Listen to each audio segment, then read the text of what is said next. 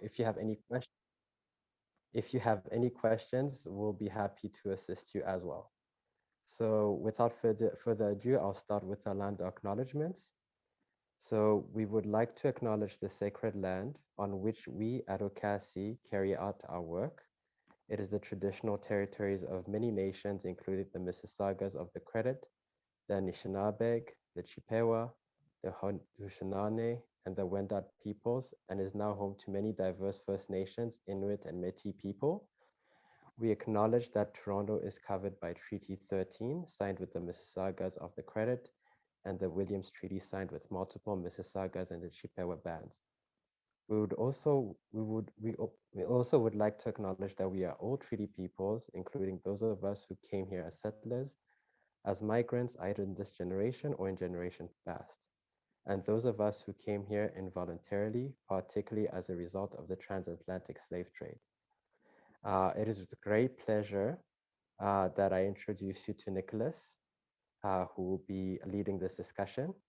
Nicholas, he, him, is an immigration and refugee lawyer at Community Legal Services of Ottawa and for Capital Rainbow Refuge. He has extensive experience working with SOGI newcomers, so newcomers of diverse sexual orientation, gender expression, identity, and sexual characteristics, and has developed the Queer Refugee Hearings Program Toolkit. Nicolas est un avocat spécialisé dans l'immigration et les réfugiés au service juridique communautaire d'Ottawa et pour l'association Capital Rainbow Refuge. Il a une grande expérience du travail avec les nouveaux arrivants LGBTQ+, et a développé la trousse à outils du programme d'audience pour les réfugiés LGBTQ. Nicolas, le créateur de la boîte à outils, nous montrera comment naviguer dans cette boîte à outils, va nous approfondir sur nos connaissances sur les caractéristiques et les approches suggérées pour aider les demandeurs d'asile, SOGIESC, qui l'utilisent. So the creator of QRHP, which is Nicholas, will demonstrate how to navigate the QRHP toolkit, its features and suggested approaches to assisting SOGI refugee claimants in using it. So Nicolas, je te laisse la parole, and we look forward to hearing more about this toolkit. Merci. Parfait. Merci beaucoup, Sizwe. Bonjour tout le monde. As Sizwe mentioned, my name is Nicholas, and I'm an immigration refugee lawyer here in Ottawa. And today I have the great pleasure of giving you a demonstration of the Queer Refugee Hearings Program Toolkit, or QRHP Toolkit for short. I know the acronym is a bit of a mouthful, but it's the acronym we came up with a while ago. Just a bit of background information about the Queer Refugee Hearings Program. So I started it, I have no sense of time, before COVID, so probably about 2 years ago-ish, 2.5 years ago. And it started off as one-on-one appointments with claimants whose claims are based on their sexual orientation, gender identity expression, and/or their sex characteristics, or SOGIESC for short. I started this in part, and I'm sure I'm preaching to the choir a bit here, but for many SOGIESC newcomers, they arrive in Canada completely unfamiliar with the refugee claim process. Many of them feel pressure to perform their SOGIESC in a certain way so that people understand them. Many newcomers in general, including SOGIESC ones, may come with significant mental health challenges like PTSD or internalized homophobia or transphobia. You need to find a lawyer, you need to learn English or French, you need to find secure housing, a lot of different pressures coming from all facets of society. So I created this toolkit in part to debunk some of the misconceptions surrounding SOGIESC claims. We'll go through some of them today. It's also, for me, important to give SOGIESC newcomers as many opportunities as possible to really think through and reflect on their lived experiences, because as many of you may know, many SOGIESC newcomers may have never felt safe or comfortable enough to share those experiences and may still not feel comfortable and safe enough even at the time they're hearing before the Refugee Protection Division. So these started off as one-on-one appointments, and then COVID happened and all my friends were having babies. And I thought, oh, I want to have my own baby. I'm going to call it the QRHP Toolkit. So the toolkit is based on my experience and other experts, including Sizwe, other people from Positive Space Initiative, and other lawyers and settlement workers, on properly preparing SOGIESC newcomers for their refugee claims in Canada. So what I'm going to do, just to kind of set the scene, is just to kind of go through a bit of the Immigration and Refugee Board SOGI guideline, because a lot of the principles from it informed the development of the toolkit. Then I'll give you a guided tour of the toolkit itself, and then we'll have plenty of time to talk about different approaches to using the toolkit and answering any of your questions. Moi, je parle le français, c'est pas ma langue maintenant, mais je me défends assez bien. Donc, si vous avez des questions, des clarifications, n'hésitez pas à me faire signe. Also, if you have a question, but for whatever reason you don't feel comfortable other people seeing your question, just send it as a direct message to me or Sizwe, and we'll address your question during the training today.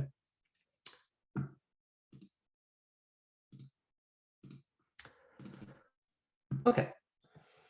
I assume everyone can see the PowerPoint? Yes, okay. Yes. Okay, so Chairpersons Guideline 9. So as many of you know, the Immigration Refugee Board released in May 2017 what's called Chairpersons Guideline 9, Proceedings Before the Immigration and Refugee Board involving SOGI. SOGI standing for Sexual Orientation, Gender Identity, and Expression. The SOGI guideline is really great in the sense that it provides decision makers guidance on how to properly adjudicate claims. It outlines the unique challenges for SOGIESC individuals in presenting their claims, providing evidence, difficulties in testifying, and how decision makers need to consider their testimony and evidence in deciding whether or not the person qualifies as a convention refugee. The guideline is being revised. I mean, it could be released maybe even during this presentation. And one of the key updates is changing the name from SOGI to SOGIESC, SC standing for sex characteristics. So this is to recognize that some individuals who are intersex may not necessarily identify with a particular sexual orientation or gender identity that falls outside the heteronormative paradigm. So I'm going to go through just two key paragraphs of the guideline that I think are really helpful for us.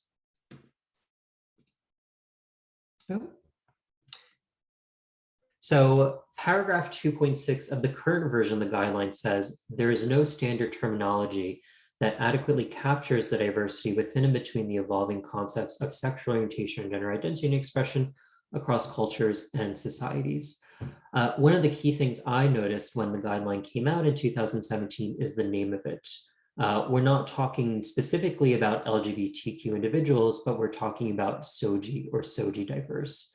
In fact, for many newcomers, including many clients I work with, they may not use one of the letters in the LGBTQ acronym, or they may use one of those identifying terms, but in a way that's different than my understanding from a white colonial settler background.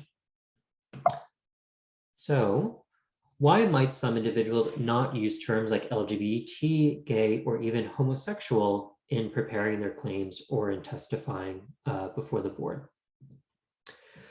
So first and foremost are the impacts of erasure and stigma. Individuals may have never heard positive language or any language that might reflect their personal SOGIESC.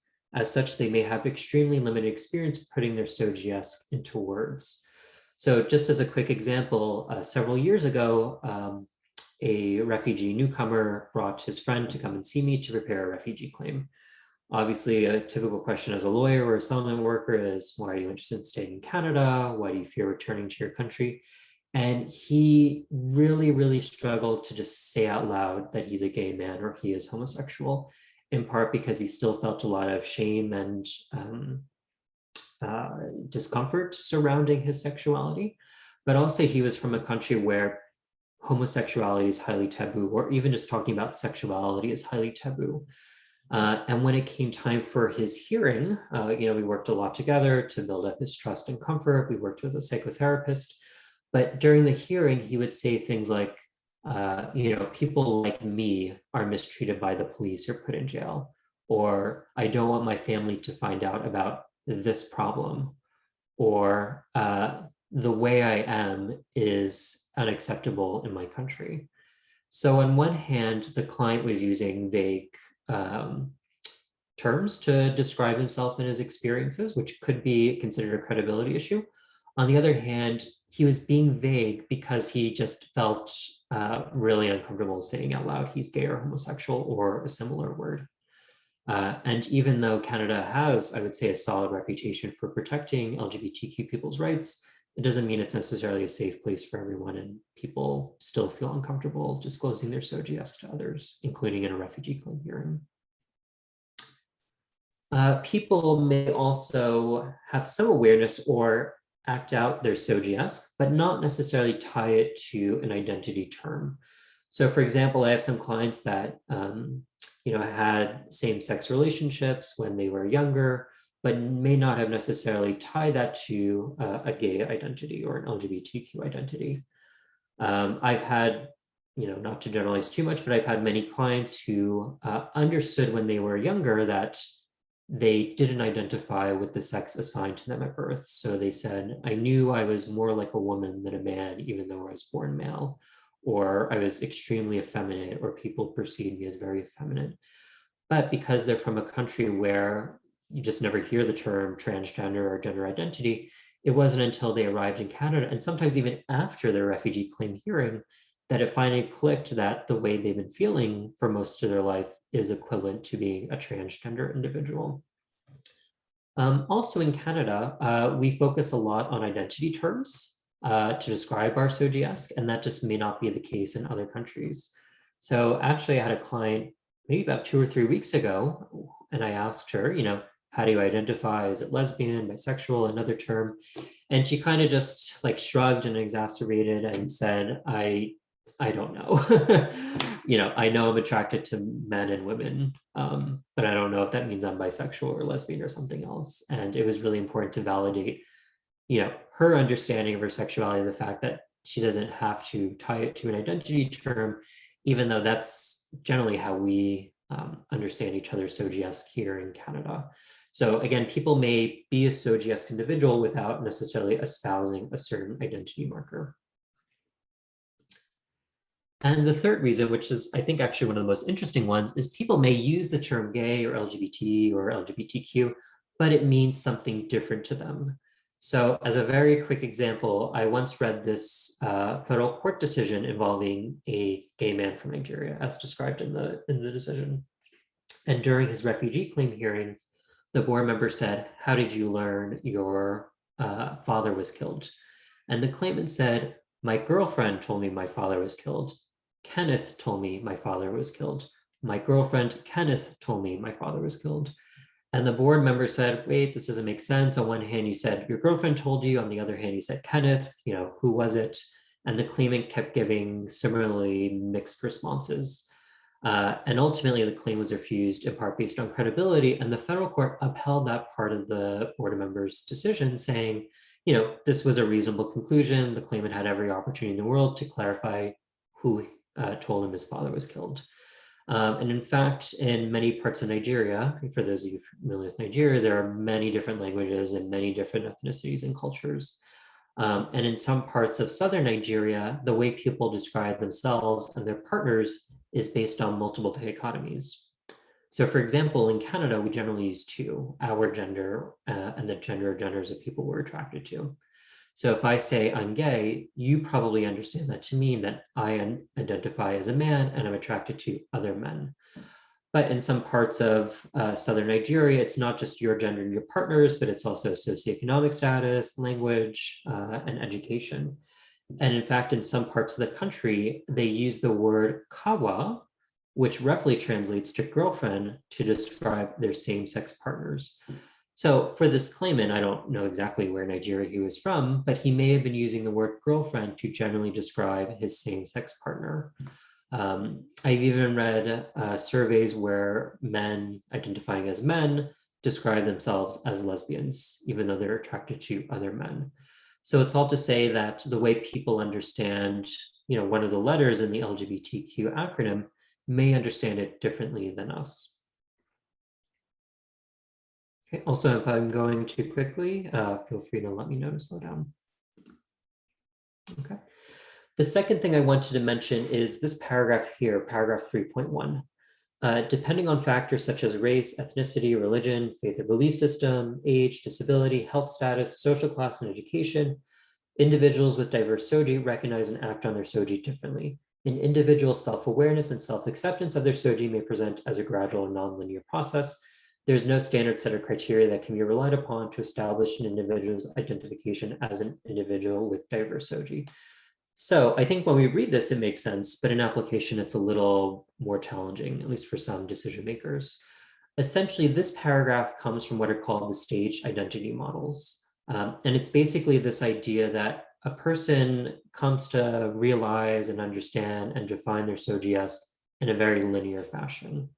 So one of the most famous models comes from Vivian Cass, who was an Australian psychologist, I think in the late 80s. And basically she said, okay, first you realize you're homosexual, and then you realize you're different from other people. And then, maybe you start developing some social relationships or creating sexual ones. And then in the latter stages, you come out to other people, you start to develop healthy romantic relationships with people of the same sex. And basically the model's been highly criticized, one, because there's no proof that people understand their SOGIESC in a linear fashion. And most of those models are based on the experiences of white cisgender men. Anyway, I've never read a refugee claim that explicitly applied this model, but the idea is some decision makers may say, oh, well, back in your country, if you were really gay, you would be ashamed of it. You wouldn't have a sense of pride, immediately after realizing you're gay. Or you would never risk having a same-sex relationship in your country because you know how dangerous it is. And conversely, the idea is once you're in Canada, you're ready to spread your wings and, fly to the nearest gay bar, COVID aside. So there have been some past decisions where decision makers would say, oh, well, if you were really gay, you would, engage in same-sex relationships. Or, on one hand, you say you want an openly gay lifestyle. On the other hand, you don't seem to be living it. So this paragraph is really important because I think it really illustrates that the way people understand and define and express their SOGIESC really varies person to person. And merely being in Canada doesn't mean the person feels safe or comfortable enough to tell other people or have a relationship or to be in a committed monogamous relationship. Really, we need to let people understand and express themselves based on their own understanding of their SOGIESC.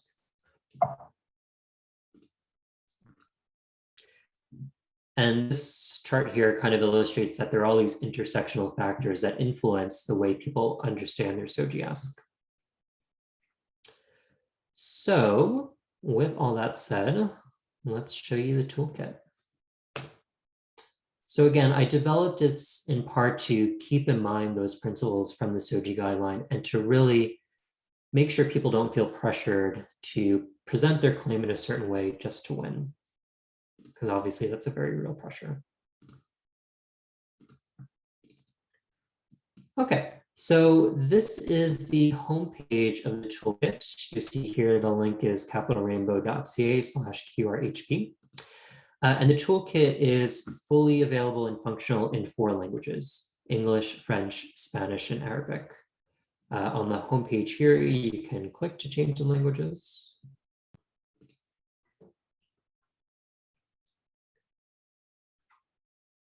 And there are 2 different versions of the toolkit.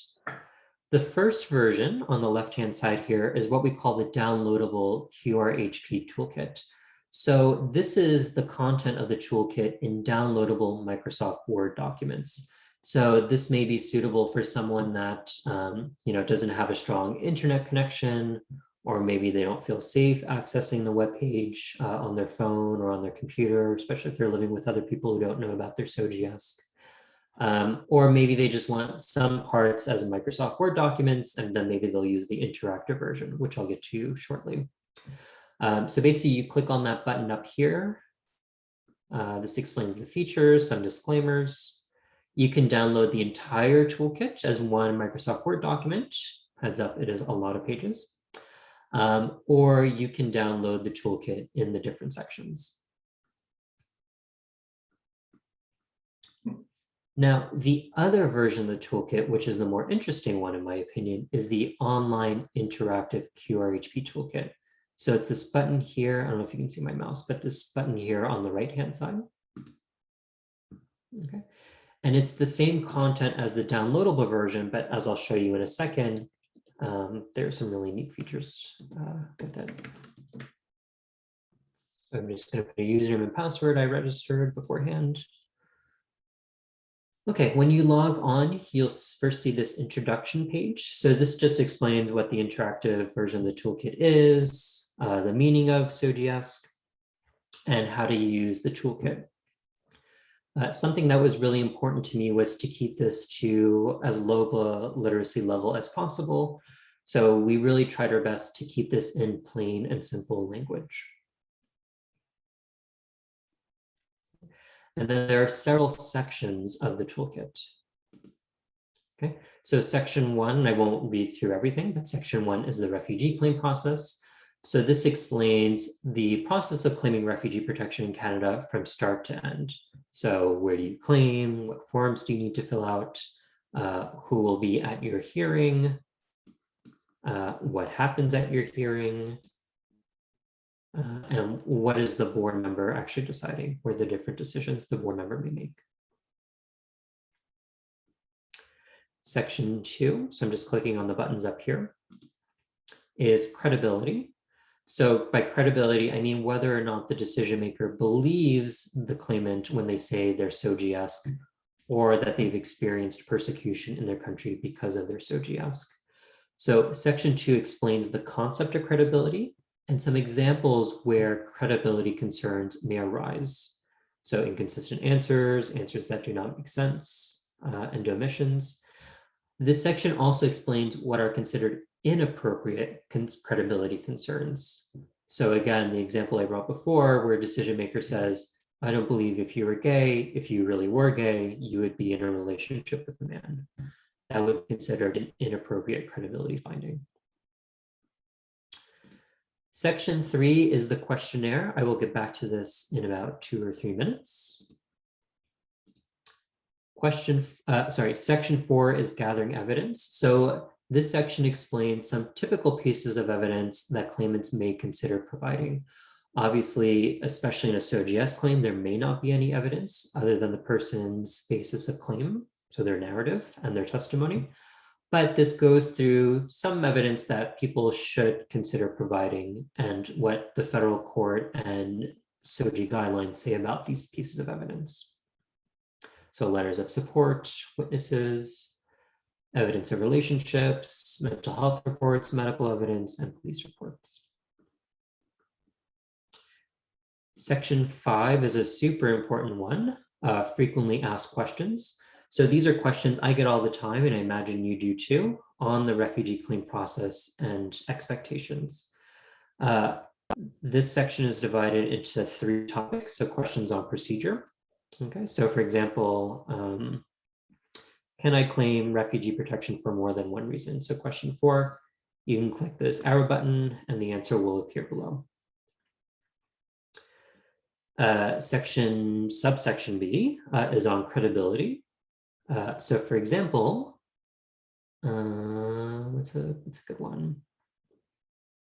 Okay, 14, do I need to participate in LGBTQI+ organizations, programs, and events in order to win my case? There's this misconception that if you join an organization, an LGBTQ organization, that will be your golden ticket to win, and that's simply not the case. So answer no, LGBTQI+ organizations and programs may provide support and services for SOGIESC refugee claimants, see section 6. Organizations that welcome all individuals may also be of interest to you. That said, you are not expected to join any LGBTQI+ organizations or programs to prove your SOGIESC. If you have participated, your reasons for joining, the timing of participation, and your experiences in participating may be relevant in your claim. So it's not participating in itself that matters, it's how that experience in participating has informed your understanding or expression of your SOGIESC. Okay. And then section C is on respect and confidentiality.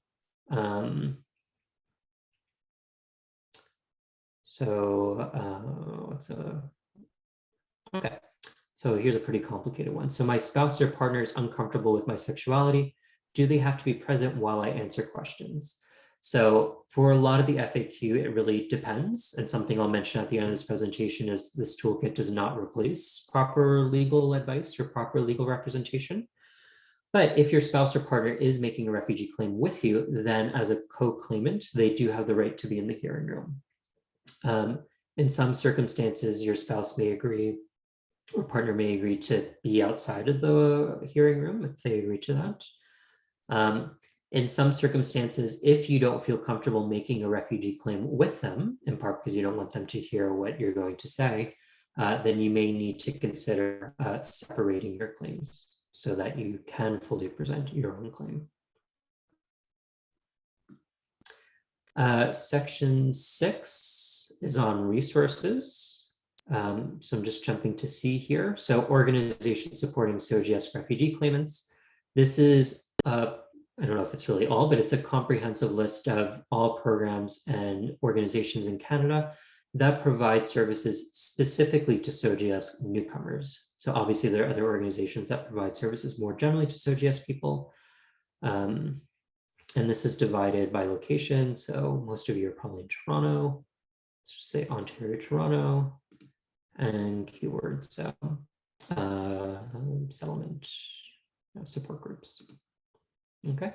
And then this will show you all the province and citywide organizations that provide support groups for SOGIESC newcomers. These last two sections here are extra ones, so BOC meaning basis of claim. So if you are a claimant who just is not represented by a lawyer and you need some guidance in preparing your narrative, this section will give some tips on how to prepare your narrative. Although again, I wouldn't really advise someone doing that on their own. And last section here is evidence, which I will get back to towards the end of the presentation. Okay. So again, I know I'm showing you a lot, but yeah. So before I delve into the questionnaire, I just want to show you some other features. You just saw now that I was navigating using these buttons at the top of the screen. You can also navigate using these color-coded buttons on the left-hand side. So they do the exact same thing. If you want to change the language, you see EN at the top here. You just click that arrow and let's put it in French. And then the toolkit is in French.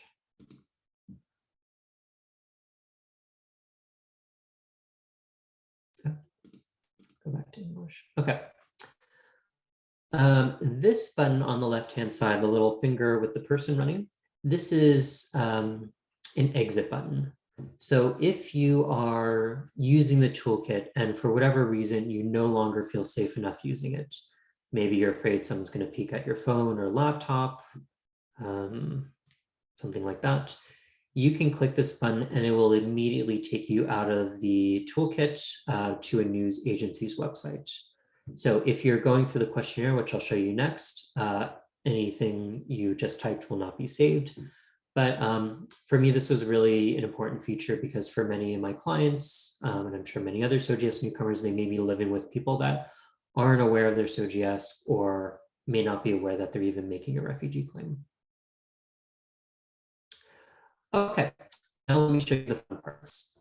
So the key feature of the questionnaire is of the toolkit is section 3, the questionnaire. Essentially, the idea behind the questionnaire is to canvass all of the person's experiences related to their SOGIESC. It comprises, I think, 340 questions. So there is a lot. And it's divided into 14 topics. Now, as I mentioned before, there's a downloadable Word document version of the toolkit. So you just see all the questions and some, you know, there's like little steps that say when to skip a question. However, with the interactive version, the questions will be adjusted based on your answers. So why don't I show you some examples? So I'm just going to go to section A, defining your sexual orientation and identity. Okay, first question is, which term or terms best describes your sexual orientation? You see here for many questions, there's a text box explanation explaining the purpose or relevance behind the question and what the SOGIE guideline may say about that question. There are lots of options. If you don't know, you can click I don't know. If there's a term you use that isn't on this list, you can click another term. I'm just going to choose gay. Save, continue. Okay, for you, what does it mean to have the sexual orientation you selected in the previous question? So again, people may understand terms in different ways. I'm just going to write, for me, being gay means being attracted to men. Now, for the free response questions like this one here, the user can either type their answer or they can actually leave an audio recording. So for many newcomers I worked with, they're actually much better at articulating themselves and speaking rather than in writing. So for someone like that, they can click this microphone button here. I'm just going to block that for a moment. Click this red button and then leave an audio recording. So I'm actually not going to do it right now. If anyone has ever seen a YouTube video over Zoom, you know that it starts lagging significantly. So if I do leave an audio recording with 60 people on the Zoom call, we will be here for another hour. But trust me when I say that the audio recording function works. Save and continue. Now I'm just going to go back to the list of topics. I'm going to go to section C1, sexual orientation. Is your claim based on your sexual orientation? I'll click yes, save and continue. And then I'm going to go back to the list of topics. So this button in the top left corner. Now, the questionnaire up until this point talked about SOGIESC people. So some of the questions later on are, how are SOGIESC people treated in your country? How did so-and-so learn about your SOGIESC? Because I said my sexual orientation is gay, and my claim is based on my sexual orientation, instead of saying SOGIESC people, I'm now going to see gay people. So for example, section D here, before it said how SOGIESC people are treated, now it says how gay people are treated. So how gay people are treated, how are gay people treated in your country? And this will adjust based on whatever the person's SOGIESC is. So if they are, I don't know, a bisexual transgender man, the questions will be, how are bisexual transgender men treated in your country? How did your family learn about your sexual orientation, meaning bisexual, and your gender identity, meaning transgender man? So this is really great because the questionnaire will be tailored to the person's personal SOGIESC. I'll give you another example. Section M, participation in an LGBTQI+ organization, programs and events. Have you participated? Let's say yes. Which organizations or programs have you participated in? So I'm just gonna, let's just say Positive Spaces Initiative. And 519 Community Center. And you can add as many or as little as you want. So because I named specific organizations, instead of seeing how did you learn about this LGBTQ organization, you see the question, how did you learn about Positive Spaces Initiative? I learned from my friend. This is why. Save and continue. How often have you attended? So I'm just going to go through this quickly. Describe your experiences, positive or negative. Do you still participate? Let's say yes. Okay. And then I would go through the same question tree for the 519 Community Center. Pretty cool, eh? Now, as I was mentioning before, there's this button on the right-hand side called the evidence list. Essentially, as you go through the questionnaire, a draft evidence list will be automatically generated. So I'll give you an example. Let's go to section F1, same gender relationships. Have you had any same gender relationships in your country? Let's say yes. What are the name of your partners? And partner in this case is a pretty loose term. I don't know, Chris. Okay. So when and how did you meet Chris? I'm just going to go through this very quickly. How much later after meeting Chris did your relationship start? How did your relationship start? Did you know or suspect that Chris wanted to be in a relationship with you? What do or did you like about Chris? How would you describe your relationship with Chris? Describe Chris. So again, a lot of questions. How do or did you feel about being in a relationship with Chris? Did your relationship change at any time? Let's say no. Are you still in a relationship with Chris? Let's say no. When and how did your relationship end? Are you still able to get in contact with Chris? So let's say I click yes. Do you feel comfortable contacting Chris for a support letter or to be a witness at your hearing? Again, there's this text box explanation about the relevance of this. Let's say I do feel comfortable. Okay, do you have any proof of communication with Chris? So again, a text box explanation that we're not looking for sexually explicit communication, but you know, hey honey, can you like pick up some groceries on your way home? You know, boring things that couples talk about. Let's say yes. Do you have any photos of you with Chris? Let's say no. And then that would be the end. Now, let's say I click on evidence here on the top right corner. Now, because I said I participate in Positive Spaces Initiative and I'm willing to contact my former partner, Chris, a draft evidence list is generated. So potential letters of support may come from Positive Spaces Initiative and from Chris. Chris may be a potential witness, evidence of relationship, proof of communication. So it'll draft a list based on your answers to the questionnaire. What you can do is you can click this pencil icon on the right-hand side, and you can add information. So what will they write about my participation? Who will get the support letter? So is it me? Is it my lawyer? Is it Sizway? Is it someone else? Let's say I will get it. And then your efforts to get the support letter. So sometimes, and there's federal court case law about this, if you don't provide evidence that is considered reasonably forthcoming, then a decision maker can ask you about your efforts to get that evidence. So you can kind of keep a diary here. So November 17th, I sent a WhatsApp message to Sizway, the coordinator, and then save. Okay, and you can obviously add things to your list. Now, what do you do after you've gone through the questionnaire? So let's go back to section 3, start the questionnaire.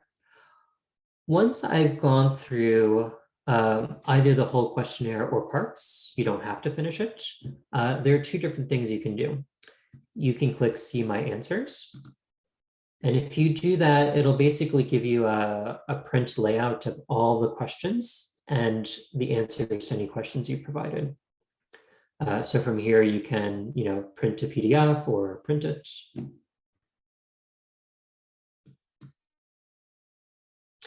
Or you can click Send My Answers. So let's say I've gone through certain parts of the questionnaire and I want to share it with my lawyer. In this case, you would, I'm my own lawyer, so I'm going to put my own email. Click Send. Okay. And then I'll show you what the recipient receives. So I'm just going to log out.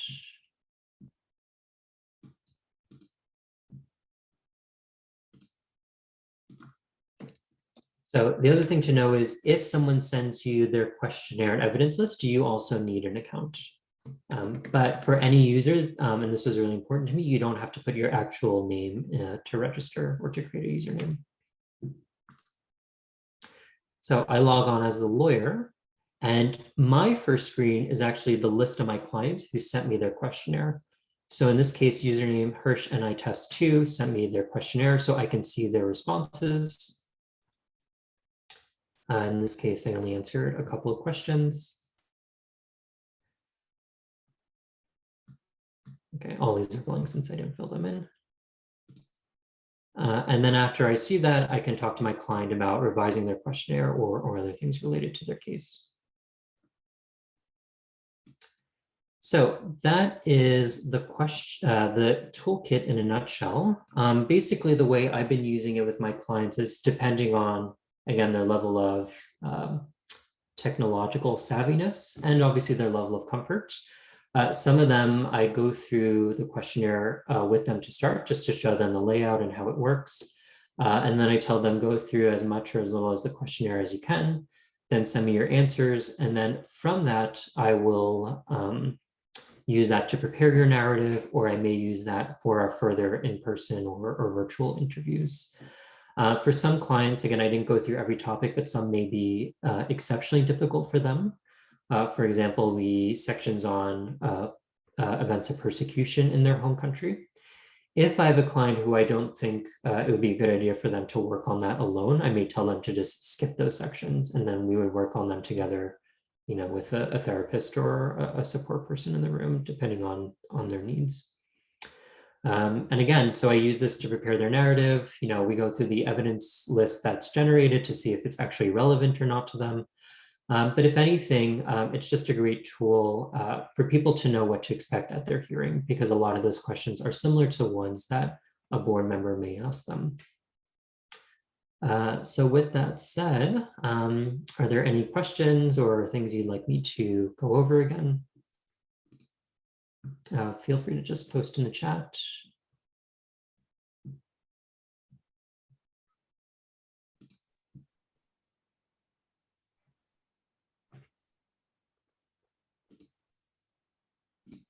Sizwe, do you have any questions? I do.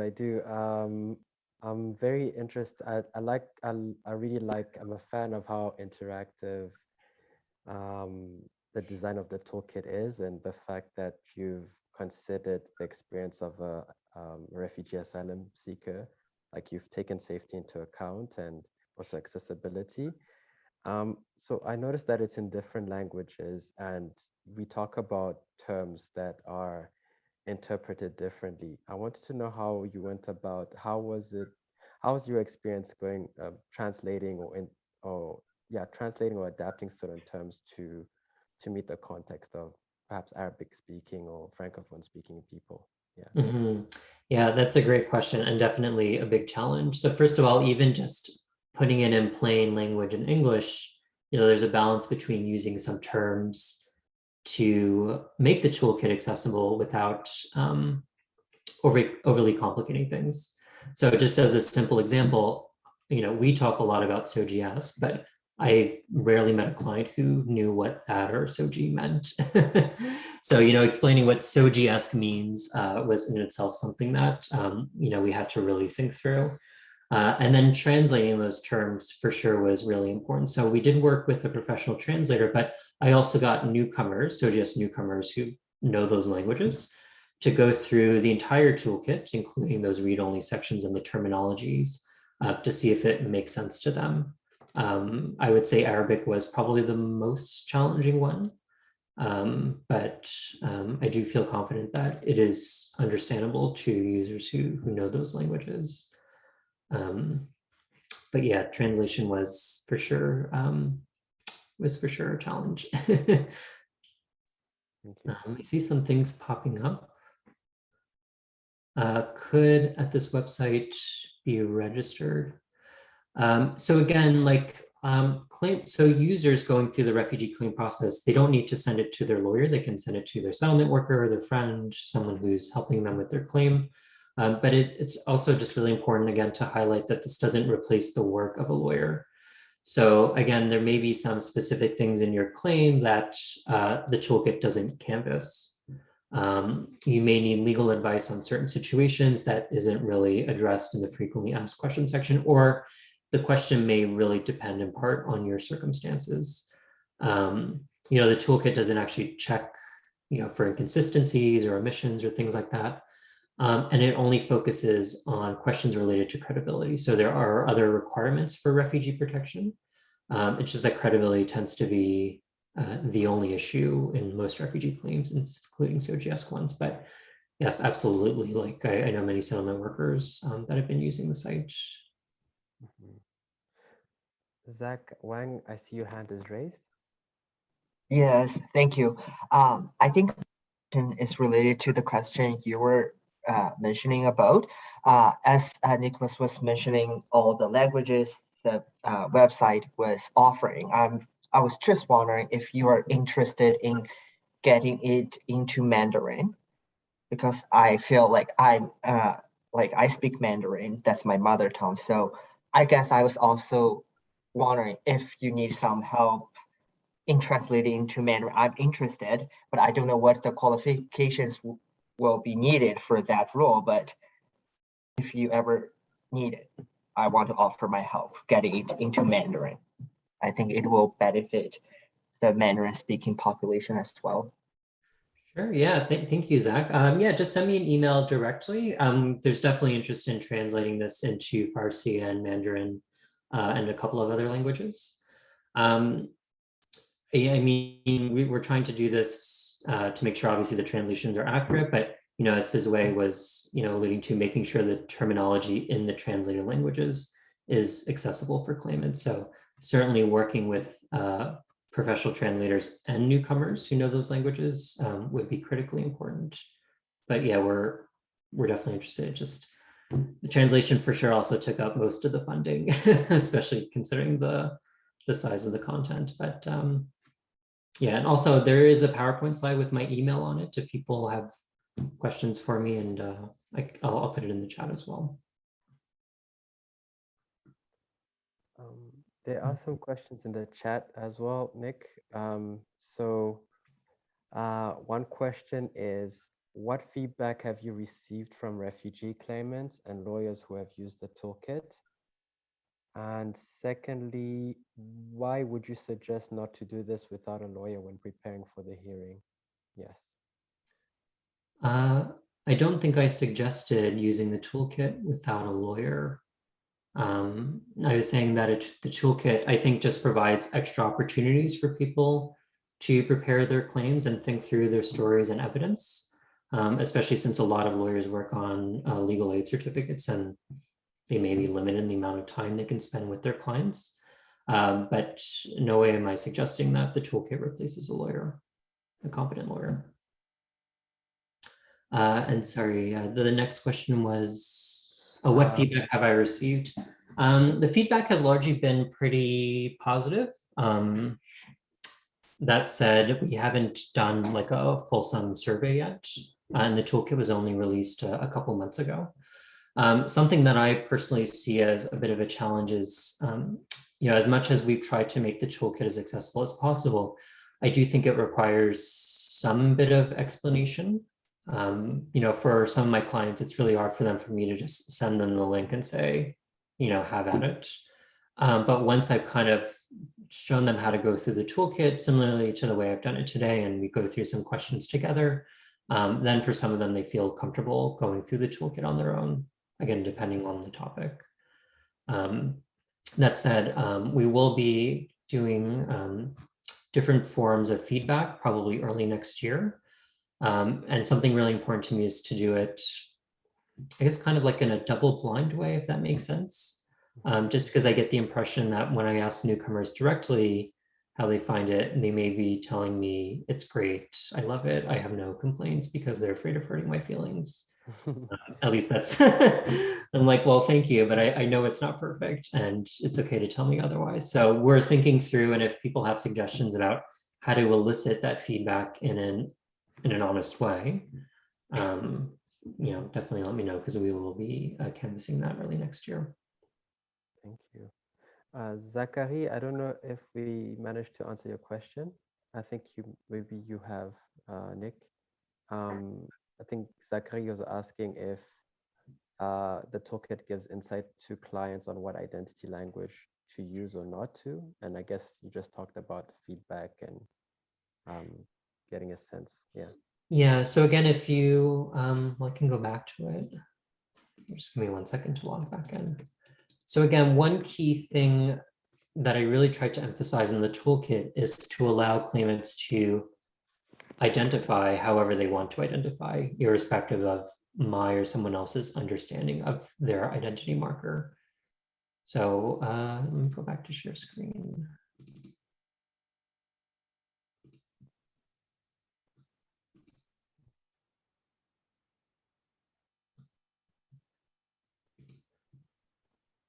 So for example, okay, so for example, which term or terms best describe your gender identity? So there's just a plain language explanation of what gender identity means. You know, in Canada, how we understand this, how some people may only understand their gender identity because of pejorative language. And if there's a term that doesn't resonate with you, you can write your own. So let's say I identify as a woman. And for me to identify as a woman means I identify as a woman no matter my sex at birth. So for example, you know, if you are identifying as a gender that's different than your sex assigned at birth, you don't have to click transgender woman. If for you, it doesn't make sense for whatever reason to say you're transgender, you just identify as a woman, the toolkit allows you to make a response like that.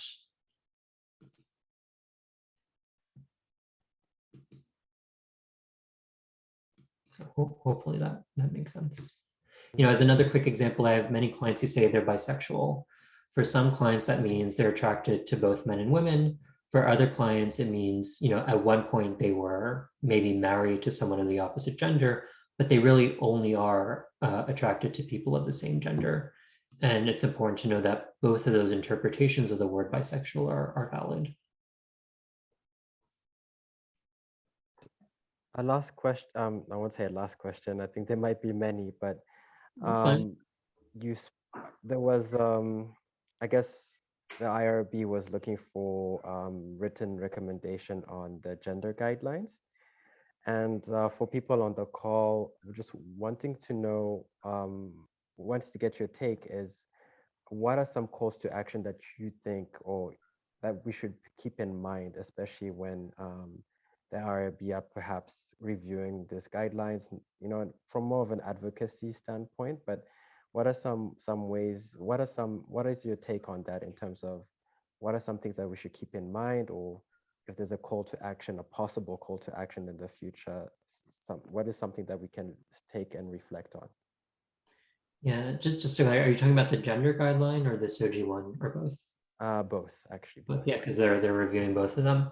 I mean, that's a great question. I mean, I would say compared to other jurisdictions, especially the UK and Australia and some other places, we've made a lot of progress in how we properly assess gender and SOGIESC claims in Canada.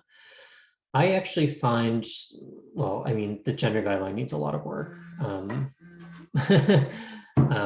Anyway, that's another topic. So yeah, definitely revising the guidelines and proper training. But to me, and I don't want to digress too much, I think our biggest challenge in Canada is just credibility assessments in general. I find it happens so often that a board member says, well, you know, on one hand, you're talking about this experience. On the other hand, it's not in your narrative. To me, this is something really material to your case. And if it really happened to you, you would have included it. But I have so many clients who say that may be important to the decision maker, but it's not important to me. You know, they don't know necessarily what needs to be included or not included in a basis of claim narrative. I have clients that are just obviously super nervous and anxious, and people just say things that may not always be accurate, but it doesn't mean that they're lying. So I think we just need to really rethink credibility. You know, this toolkit talks about what credibility findings are typical for the board, but they're not necessarily ones I agree with. I think we need to really think of credibility as whether this person in front of me is deliberately being deceitful about their SOGIESC or whatever their case is on, and not, you know, is there an inconsistency between their narrative and what they say to me. The other big puzzle piece, which is something I think this toolkit does address, is proper representation.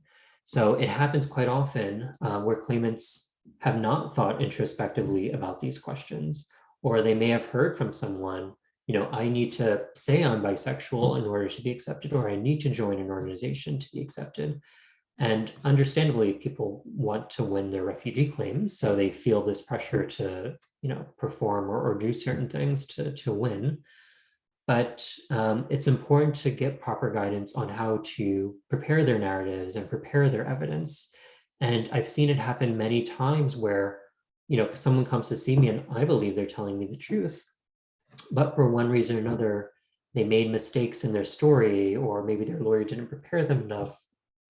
And I really think for board members, granted, they're not the lawyer, but I think, again, I don't want to digress too much, but I think there needs to be a bit more leniency in terms of expectations for claimants. One thing that, you know, really I've been thinking a lot about with this toolkit is, I think it is obviously a great tool, but it's to support a system. It's to support a system that I think is inherently unfair to SOGIESC claimants. Like, do I really think someone should have to go through 340 questions to prepare for their case? Not really, but that's the system we're working with.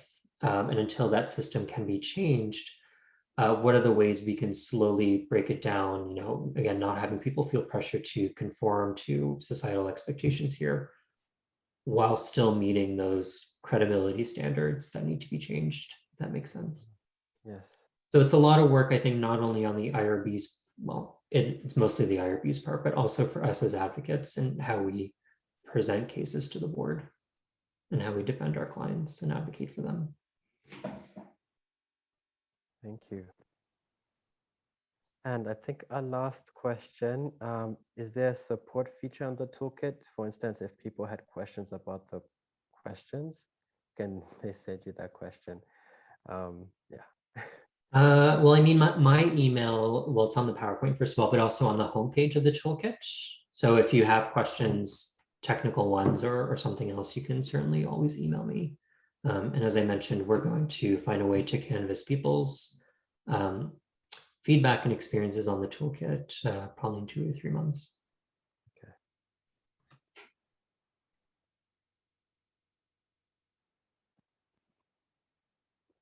Thank you. Do folks have any more questions? Nicholas has. Oh, go ahead. Thank you.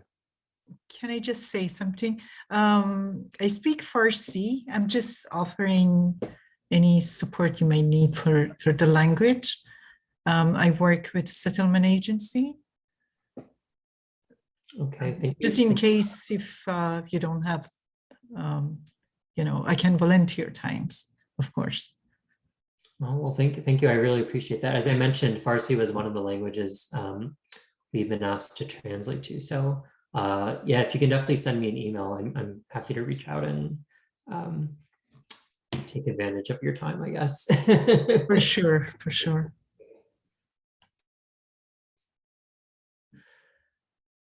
So would you advise people to get representation even with the toolkit? So yes, absolutely. Again, the toolkit doesn't replace proper legal representation.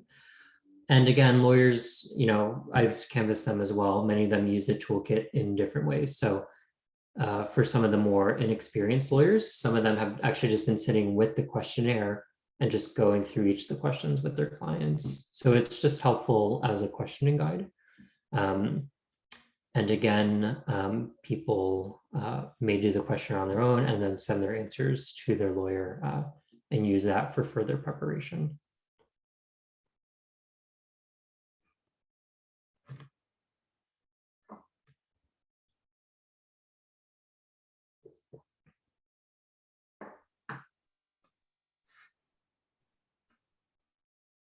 Quite a bunch. Yes. It's pretty dreary out.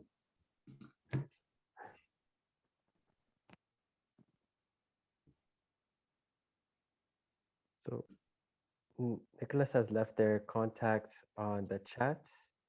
Donc, Yeah, I'll just put it again. si vous voulez rejoindre Nicolas, il va laisser son email.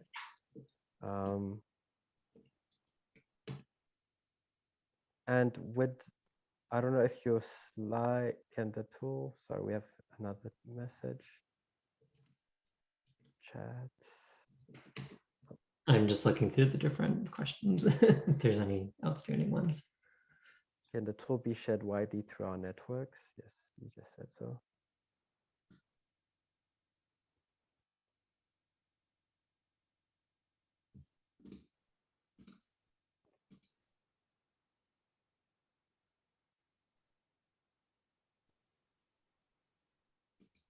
Okay.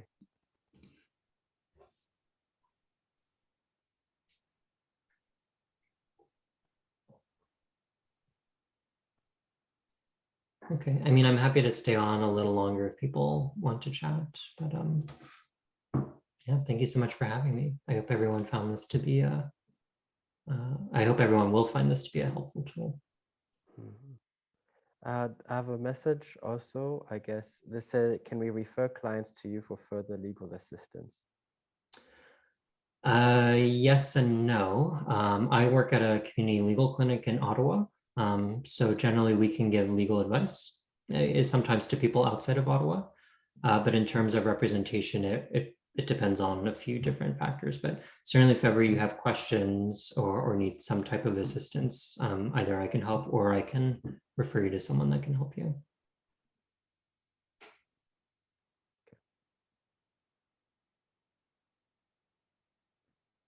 Thank you, everybody. Thank you for joining us. We'll stay on the call for a little minutes if you have any questions. Wishing you a great afternoon, and thank you again, Nicholas, Martha, and Amy, and Selena. Thank you.